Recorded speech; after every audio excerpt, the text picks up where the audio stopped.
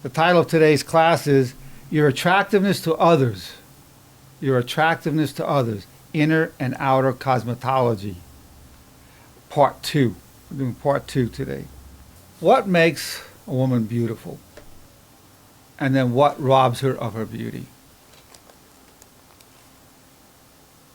In terms of the outer beauty, the standards change based on the culture. I mean, there are cultures where a woman being heavy, or by our standards even fat, is considered beautiful. And others, really thin is considered beautiful. And there's almost an obsession about being overly thin. Depends on the culture. It also depends on the time. If you look at the master painters back a few hundred years ago, 500 years ago, the women to us would look plump. They would look plump. Say, geez, that was there, but that was beautiful at that time. So in terms of outer beauty, is defined by culture, in part by culture, and also by what era you're living in. You know, you know, if you took some of the women, thin women of today, take them back 500 years ago, nobody would think they're beautiful. Or if you take one of the women from then that looks plump, bring her here, and I would say, why would anybody make a painting of her?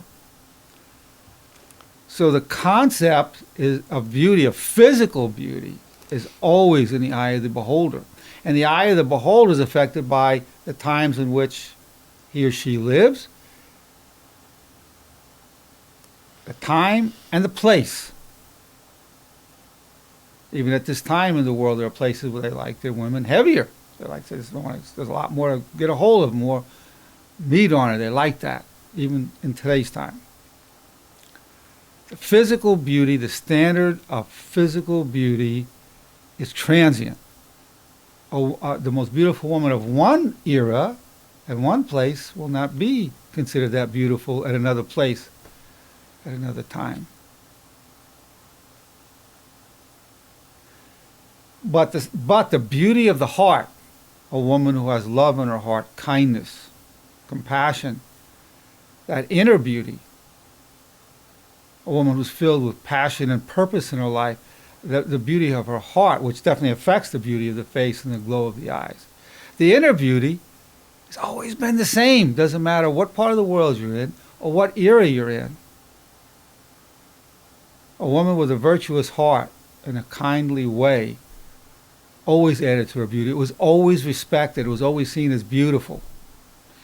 And an angry, bitter woman was always seen as less attractive. That was always a detraction from her beauty. Whether you're talking about 1,000 years ago or any place on the earth at this time. So the idea of the beauty of the heart, which affects the beauty of the face, what's considered the beauty of the heart is universal. It transcends language, transcends geography, and it transcends time. It's eternal. What a beauty that is. It even transcends the age of the woman. If she's young, it adds to her beauty. And if she's over 100, it adds to her beauty. It transcends all of that. That is the essence of the inner cosmetology. The outer cosmetology being, you know, how a woman's shaped and what kind of lipstick she's using and eye makeup and so forth.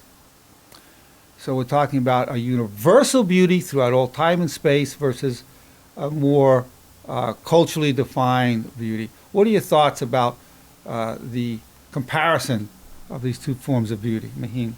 Oh, really? That's when you say that, it's you know, that it's really true. And I know that some culture, they like chubbier woman. You know, they think that it's beautiful.